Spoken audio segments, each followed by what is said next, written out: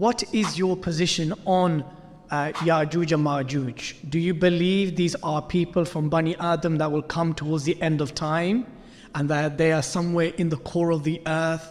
They're trying to get out, but one day they will say, Inshallah, and then they will get through, and then they will rampage madness towards the end of times? Or do you believe this is a group of people from Bani Adam who have already come and gone, or are currently here? I would like to believe that I'm a serious student of knowledge, and hence I don't have patience for nonsense. And at this age, when I'm past the age of 80, and I have been teaching and lecturing on the subject of Gog and Magog for 25 years now, I have made absolutely no headway at all. I've not been able to convince any scholar of Islam. So I am a solitary voice. So I can be excused if I sometimes show a bit of impatience and sometimes even anger. I recognize the Quran as absolute truth. And so if I want to study Gog and Magog, I go to the Quran. And when I go to the Quran tells me that Gog and Magog are human beings. That they are human beings who have been created by Allah with extraordinary power. But that their power rests on foundations which are essentially godless, and they use power to oppress. That they will be released into the earth, into the world, at a point in time in history.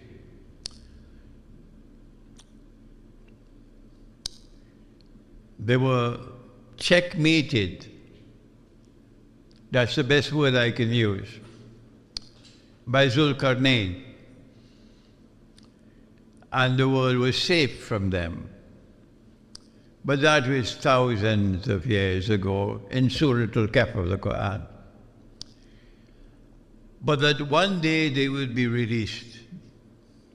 And when they are released from behind a barrier built, then the Quran tells us, and that's where I go first for knowledge,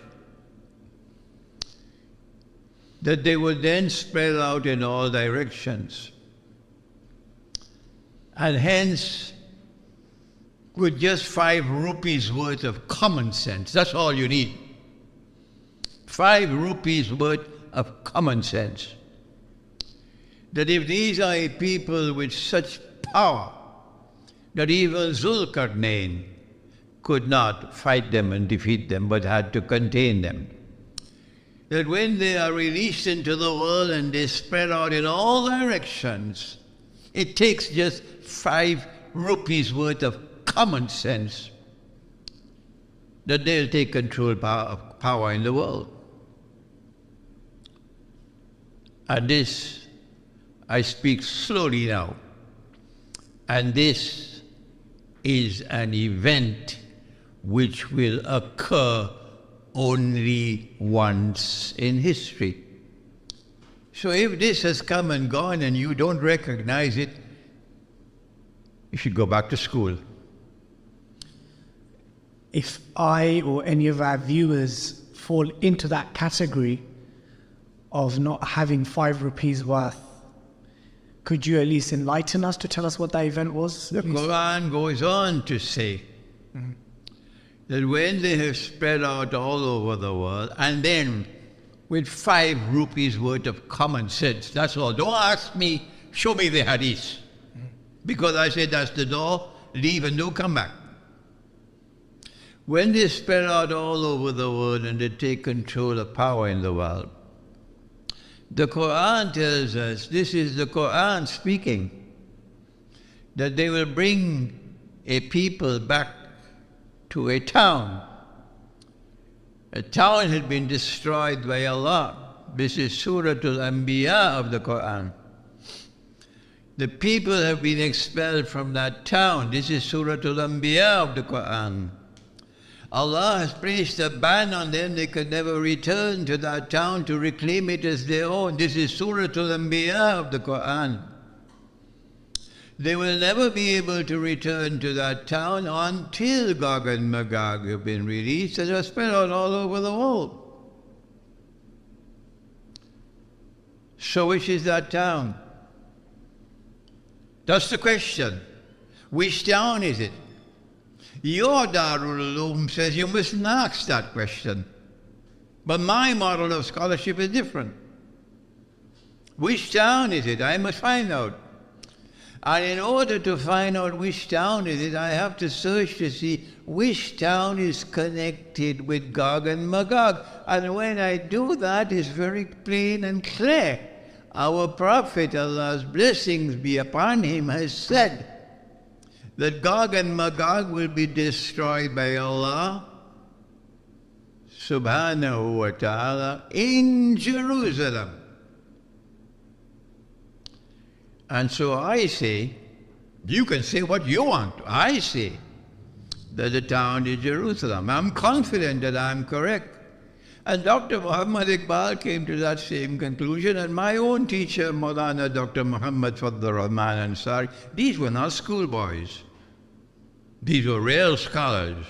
He also came to the conclusion that the town was Jerusalem, and I came to that conclusion. And hence the Quran is telling us, the Quran is telling us that Allah destroyed Jerusalem. The Quran is telling us that Allah expelled the Israelite people from Jerusalem. The Quran is telling us that Allah placed a ban on them, that they could never return to Jerusalem to reclaim it as their own until Gog and Magog have been released and they are spread out all over the world. And then with 5 rupees worth of common sense, they have taken control of power in the world. And as I said to you earlier, this is an event which will occur only once in history. And if it has come and gone and you cannot recognize it, then go back to school. So the Quran is telling us that when the Jews have been brought back to Jerusalem, after how long? 2,000 years. When the Jews have been brought back to Jerusalem to reclaim it as their own, which is at the heart of what is happening now in Gaza. Let me repeat that. Which is at the very heart of what is unfolding in Gaza. When the Jews have been brought back to Jerusalem to reclaim it as their own, has that happened as yet? It's in the process. The Jews that came back to Jerusalem to reclaim it as their own and establish their own state in 1948. That's a long time ago. So the answer is yes. The Jews are back in Jerusalem and they reclaimed it as their own. The answer is yes. Did they want that? So who brought them back?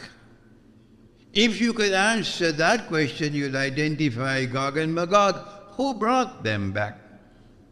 The answer is modern Western civilization, and Russia is not a part of modern Western civilization.